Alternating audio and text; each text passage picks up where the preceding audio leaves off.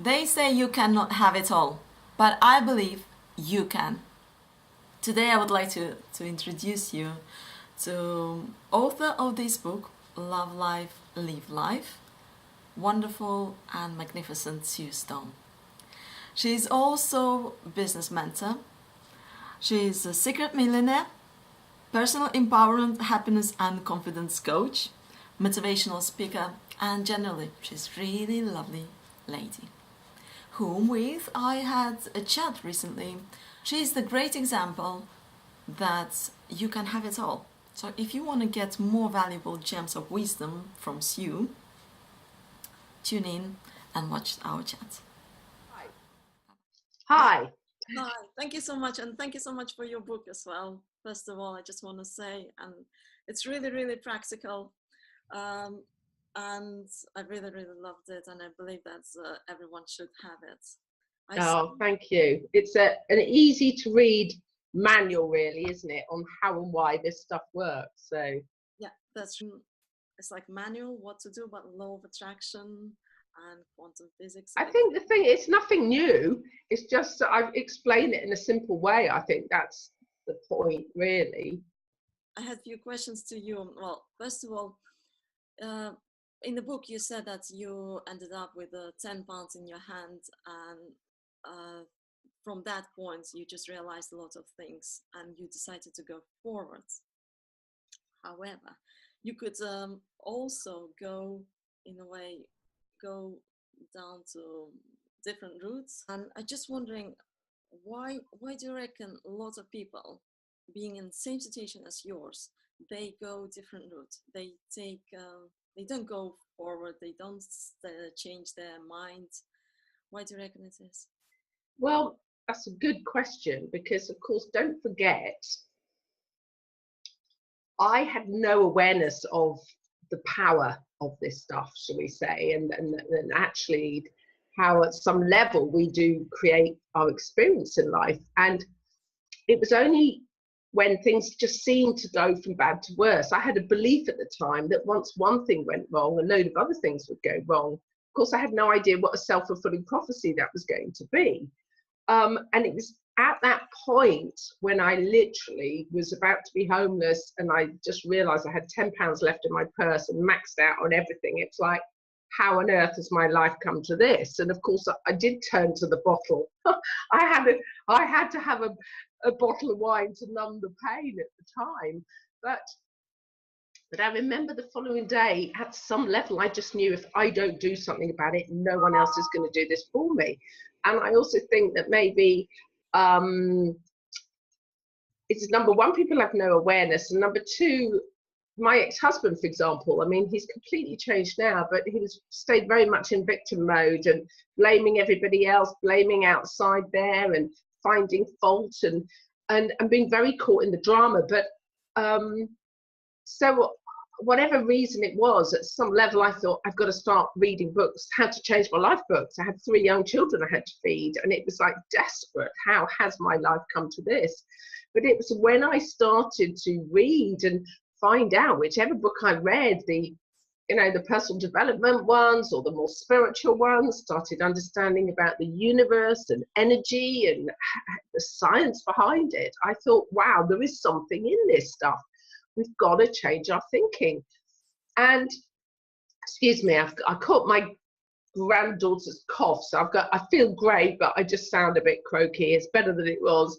But I know, I used to say that I think it's not the secret to my success, because I'll share it with anybody that listens, but the key to my success is that I made it my mission to work on myself and change my thinking.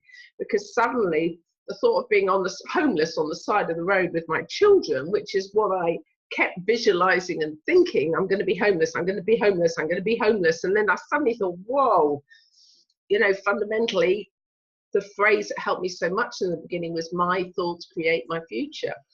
And whatever you believe in all this stuff, we get more of what we focus on. So I started literally, it was the fear that, I was consumed with the fear and the drama, but it was the fear of it all, and the fear of being homeless and not being able to feed my children, that made me start to change my thinking and at least visualize myself happy. I didn't know what would make me happy. So I do think I urge people, I say, don't wait till you get as desperate as I got before you wake up and realize it was a huge power every single one of us has within us. And, you know, we can change our thinking. We can create new neural pathways in our brain. Neuroscience has proven we're not hardwired, but it takes a bit of effort to begin with. And some people just, number one, don't realize, and number two, maybe just think this is it, you know, and accept it and give up from a state of fear, which is sad. So I feel I'm trying to get out there as much as possible by being completely open and honest about my story, because I was hugely embarrassed years ago how bad my life had got, hugely embarrassed. But then it was some Daily Express journalist actually that said to me, Sue, why don't you share this? You know, and actually it's been a good thing to share, because people say, well, it gives me hope. I said, well, if I can do it, anyone can do it. So yeah. Does that sort of answer your question? I think it's, you know, we've got to want to take some responsibility. We've got to want to think, actually, I can do this. And as I say, it was that fear of being homeless that I guess propelled me into working on myself and only visualizing where I wanted to get to, not where I didn't. Yeah, that's amazing. It's really amazing that you did it as well. Believe me, Layson, believe me, I've done it all badly ever so well. I've been caught in the drama. I've been, you know, living it, reacting, and then you start to shift and start to think, hang on a minute, I've got to be proactive, giving my life directions through my thoughts. But day by day, inch by inch, becomes a cinch, as they say. It really does. It's worth putting the effort. I say to everybody, the greatest investment anyone can make is to work on themselves and their thinking, identify the beliefs that they've got that are holding them back, because that's fundamentally how we, you know, there's a science behind this as well of how we create our experience, and it's physics, you know, what we give out, we draw to us what we're emitting energetically. I think it's also, you mentioned that it's really important to understand where you're standing as well, and where you are right now.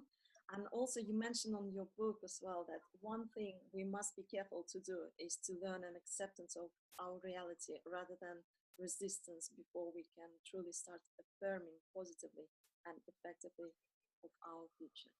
So I think you realize where you are, and from that point you just carried on.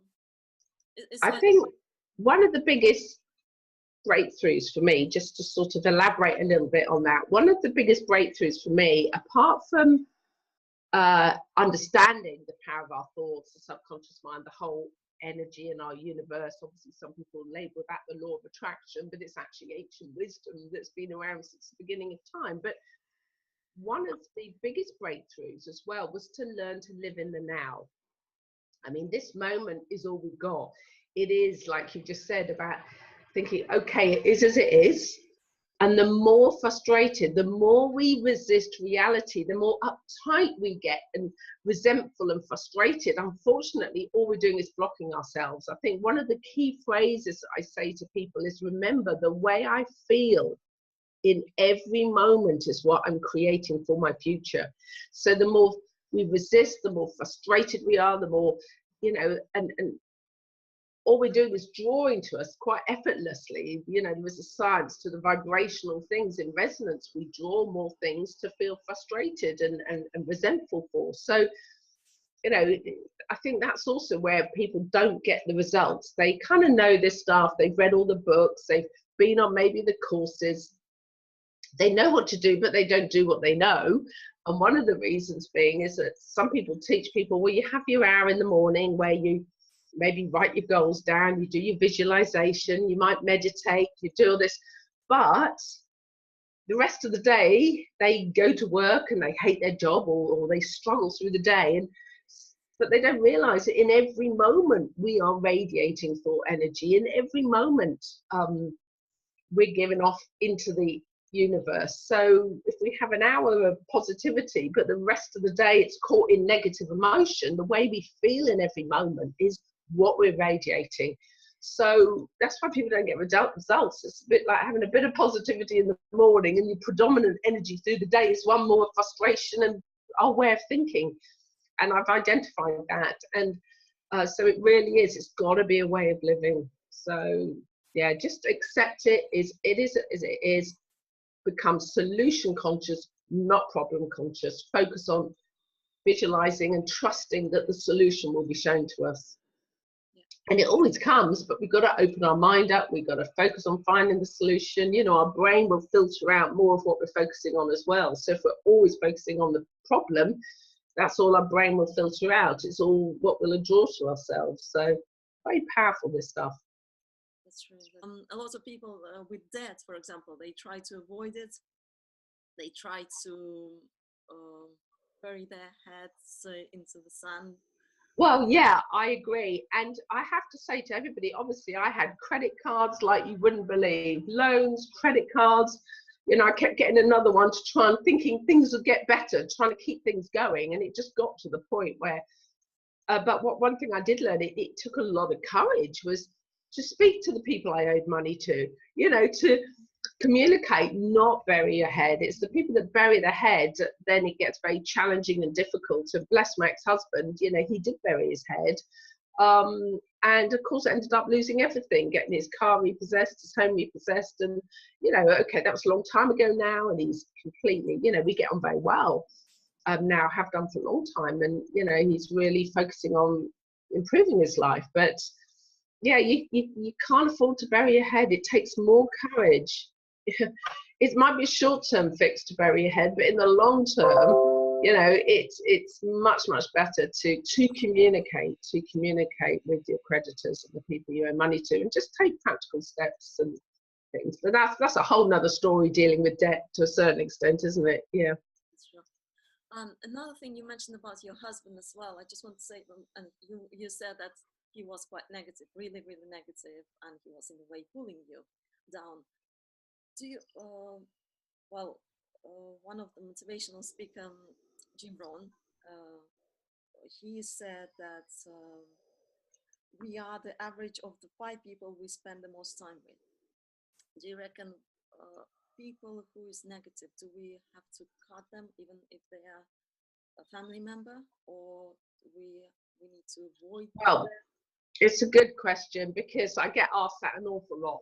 You know, really, how do we deal with negative people around us? And yeah, it is. Jim Rohn, bless him, we become the average of the 5 people we spend the most time with. But I think the thing is, if we're living consciously, living in awareness, don't forget the whole law of attraction thing is like attracts like. So people in a positive, upbeat vibration tend not to be drawn to spending time with people in a negative vibration. And they do say, as you start to shift in consciousness and, you know, in your attitude to life, you're not drawn, you do leave people behind. But obviously it can be quite challenging when it's people in your family, as you say. Now, one thing you asked me the question before, can we change other people? No. I tried, it didn't work. I tried, I did my best, but people have got to want to make the changes themselves. But what we can do is change our response. You know, there's that E plus R equals O. The event plus our reaction to it equals the outcome. If we keep having the same event, we keep reacting in the same way, we always get the same outcome. If we carry on doing what we've always done, we get more of what we've already got. So we need to learn to respond differently. And I think if people are negative around you, the key is not to get drawn into their negativity. We can hear it, we can observe it, but don't absorb it as your truth. We've got to be very mindful that we're, when we're sitting in what we call alpha brainwave state, when we're in beta, that's the alert state, running around in the day, busy.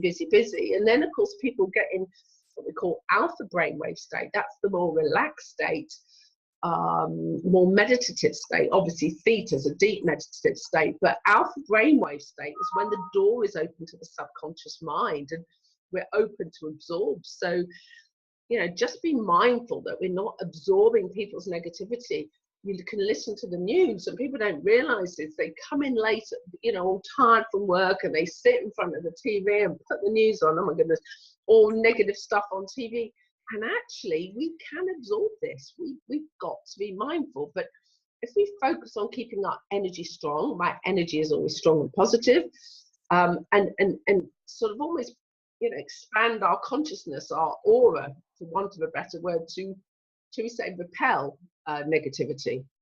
But I think naturally that occurs, you know, we find that negative people, I mean, the friends I used to be really pally with and used to phone up and go, wow, you won't believe what's happened now. Oh my goodness, this drama's happened in my life. And of course, they would go, no, really? And feed the drama. And he did this and blah, blah, blah. And no, did he? You know, we were marvelous at getting caught into that drama. But of course, as I started to shift and change and focus on, the few things I had to be grateful for, that was that simple shift, and become, you know, grateful rather than in that fear state. Of course, as time goes by, some of those people I don't really see anymore because I'm just not drawn to. Some have obviously grown and changed with me, but others have, and that is the whole vibrational thing anyway of the law of attraction. So yeah, it's fascinating, really. Yeah, that's true. You mentioned also about TV and news and other things. So would you suggest to cut all the news, or like don't watch any TV, any news, negative media? Generally, they do affect people. Oh, absolutely. And don't forget, you know, it's controlled what we see, what we hear, and all the rest of it. Personally, I do not sit and watch the news lots. I used to feel maybe I ought to be up to speed on current affairs and whatever, but I had it on somewhere the other day, and I just thought, this is all negative. It's all negative. And it's not about shutting yourself off. If we want to do good in the world, we need to get out and do good, and support the causes that we're passionate about and things. But personally, I feel, knowing that there's so much going on and it's manipulated anyway, I don't spend time listening to the news, no, or certainly reading newspapers either. Yeah, I see. Thanks so much. And also, well, you start to say about personally what you do. What kind of rituals do you have, like daily rituals? What would you suggest to people to do every morning, like in the morning? Well, yeah, I always say to people it's important to, one of the sort of, should we say, daily routines is, but I've sort of naturally do it now. So nothing is an effort for me, because don't forget, in the beginning, I had to deliberately focus on doing some positive things and things. But now I'm so sort of hardwired to be positive and grateful. It flows very naturally. But I would say to people, one thing to, when you wake up in the morning, I still do it now, but very naturally, is as you're waking up in that sleepy state, once again, in that alpha brainwave state, be careful what we think. You know, in the past, I'd wake up going, oh God, what's today going to bring, whatever. But it's a brilliant time to deliberately think about all the things you've got to be grateful for. Even if you just spend 5 minutes when you're in that alpha brainwave state, the things you've got to be grateful for, the people you love. Because if we can start our day in a vibration of love and gratitude, it truly is the highest vibration starting. And there is some interesting physics and science behind it, you know, this showing how the difference of how we start our day and the intention we set for the day is crucial in what we create and all the rest of it. So that's definitely one of the things. Just when you're in sleepy, just waking up, really, but feel the gratitude, feel the love. You know, even if you don't feel there's too much to be grateful for, there is always something, you know, that we can find. To even things like, you know, me just in your nice sheets with a cup of tea, and you know, in the warm. There's so many people maybe homeless that haven't got that. So we, you know, get back to the basics, and really just through the day, I think, train yourself to focus on the things we've got to be grateful for. Don't get caught up into the fear. I think that's been one of my biggest things. But now, you know, obviously I focus on creating a life I love. You know, I don't try and micromanage anything. I've learned to trust in the infinite intelligence, God, source, whatever you want to call it, this incredible intelligence that we live in. And it's where we micromanage everything that we can hold ourselves back. You know, there's a huge macro intelligence, but it's about having that trust and faith, and that sometimes takes a bit of time to build up. But really, I think to answer your question very specifically, the one thing I do now is I just focus on thriving in the now. Whatever I'm doing in every moment is I focus on enjoying it, giving my best, and even if it's walking out in nature, just thriving in nature. If I'm busy performing, giving a talk, I'll give it my best. You know, when I've got time with my children, I love being with them and friends. So, you know, this moment is all we've got. So why would we choose to think about all the things that make us unhappy?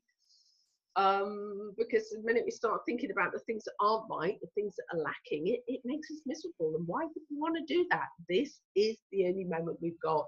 And of course, when we know that the way we feel in every moment is what we're creating, you know, this is not rocket science. It's, you know, it's actually common sense, but common sense actually isn't that common, is it?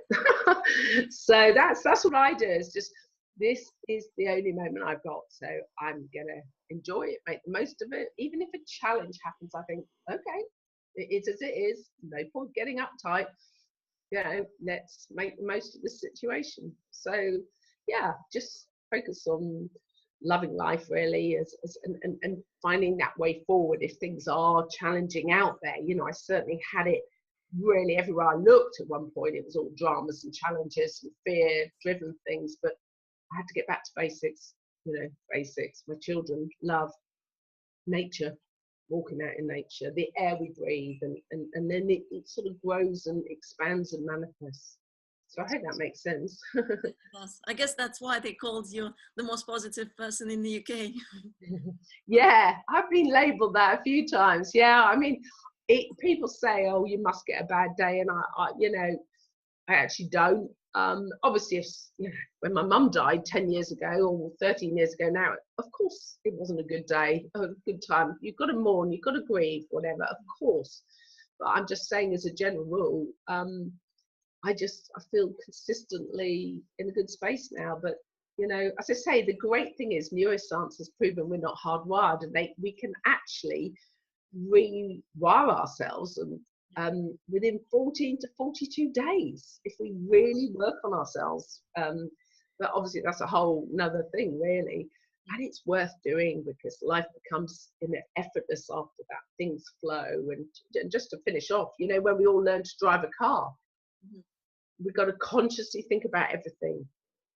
And you know, you might,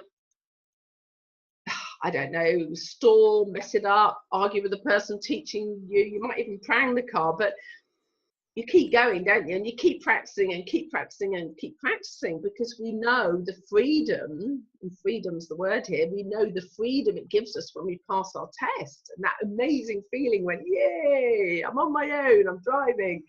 And of course, once behavior becomes learned, the subconscious takes over, where you don't have to think about changing gear, looking in the mirror, indicating.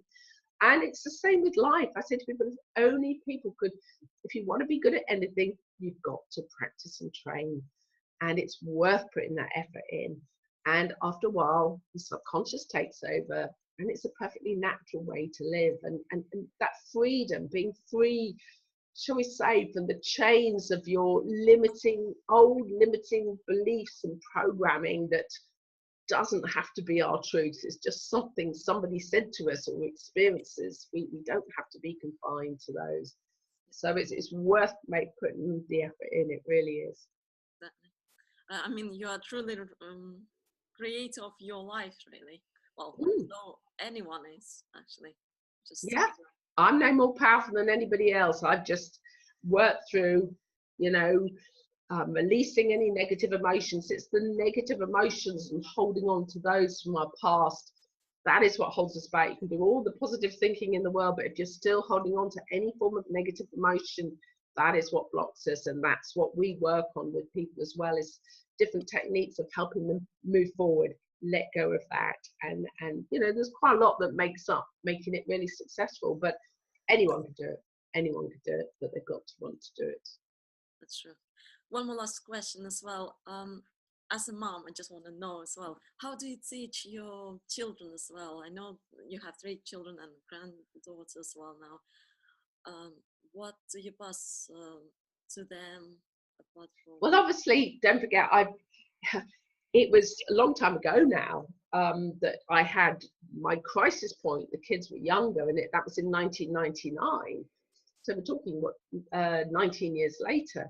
And I worked on myself out of desperation for survival to begin with. And I was truly a very snappy mum at the time. I was very stressed and, of course, shouting at the children, and my head was off somewhere else. I mean, you know, as I say, I literally have done it all badly very well. But when we started to get this stuff, I think the key is, I mean, my kids, I've got three great kids. My daughter Natalie, who's also my PA, and identical twin boys, and they're all got that lovely inner confidence. But I think I've just instilled into them, look, you can achieve anything. You just got to put your mind to it. It's, you know, focusing on the positives, not comparing them, just encouraging them, obviously instilling manners and discipline and all that when they were younger. But goodness me, my daughter's 31 now, my son's 29. And yeah, we've got little munchkin Hallie, my granddaughter, who's 4. So now it is encouraging them and believing that they can achieve anything. They've got to put their mind towards it, you know, and we talk about the universe. We've talked about all this stuff and that trust and faith. So yeah, of course, careful of the language we use. As you know, if people say, oh, you're never going to achieve, or you're my thick child, you're the clever one, you know, that is the worst thing any parent can do, is start labeling their children, because that's when they start growing up believing they're not worthy. The number of people that I see that say, you know, I said, how did you feel? Did you feel loved by your parents? And they remember that their mum or dad said, you'll never achieve, you'll never amount to much. But they take that on board. Some people don't absorb it as their truth, but other people do. So they grow up with that conditioning that they will never amount to much. And of course they don't, until they decide to break free from their subconscious programming, you know, of their past. We can all do that at any point in time, but it's about living in awareness and then deciding, I'm not going to accept that as my truth anymore, and start to, you know, change our thinking about it. That's great. Thank you so much. And I just want to tell to other people as well that they can find you through your websites, www.suestone.com. Is that right? Yeah, I have suestone.com, and also the www.suestonefoundation.com, which is, I set that up 7 years ago, and because so many people ask me, how can I be part of what you do? And so I do a 2-day training to be an accredited coach within the Sue Stone Foundation, and then people join our really positive team, and we get ongoing support and yeah, just people that truly want to make a difference in the world. It's about all coming together, collaborating, you know, the collective, and all supporting each other, to each person with their own unique gift to offer. Everyone's got their own, you know, it's often turning one's personal challenges and traumas and dramas into actually helping other people and giving them inspiration and hope. So yeah, that's what we do. Slowly, just quietly, it all evolves, and it's all good stuff. I think it's really great that you help other people as well to kind of taking their hand by hand, and just showing them other way of living in a way. Yeah, just what worked for me, that's all I do. You know, I'm not trained in any of this. I've never done a course, an NLP course or anything like that. But what I have done is made it my mission to study, research, you know, understand the science behind it, the physics, the way that it all works, and then applying it in my life. And all I very simply do is share what has worked for me. And obviously 13 years now I've since I started doing this to help others, and that only evolved because so many people said, you help me see life in a different way, you should be doing this. And I was like, wow, wouldn't it be amazing if I could help other people? So that was it. 2005 I bought the domain name suestone.com and thought, what do I do next? And anyway, it's just evolved into something really quite fantastic now. So yeah, I love it. Thank you. That's great. And people can find your book as well, and I believe the CD on your website as well, isn't it? Yeah, I've got DVD, CD, my book, I've got videos. I've got a 10-day video free course if anyone's interested, you know, because I'm conscious that people perhaps there are people very tight for money. There's also people that have loads of money, but they're unhappy. So we sort of help people from all walks of life. But there is a 10-day video course on the homepage of my website that people can just sign on for nothing. And it gives a feel of me just sending short little videos of what I learned and how it helped me. So so there's anything for anyone really. That's great. Thank you so much for your time, Sue. Okay, thanks for inviting me to come and have a chat. Yeah, thank you so much again. Sorry, my dear, lovely to chat with you. Yeah, nice to talk to you as well. Thank you. Take care. You Bye too. for now. Bye-bye.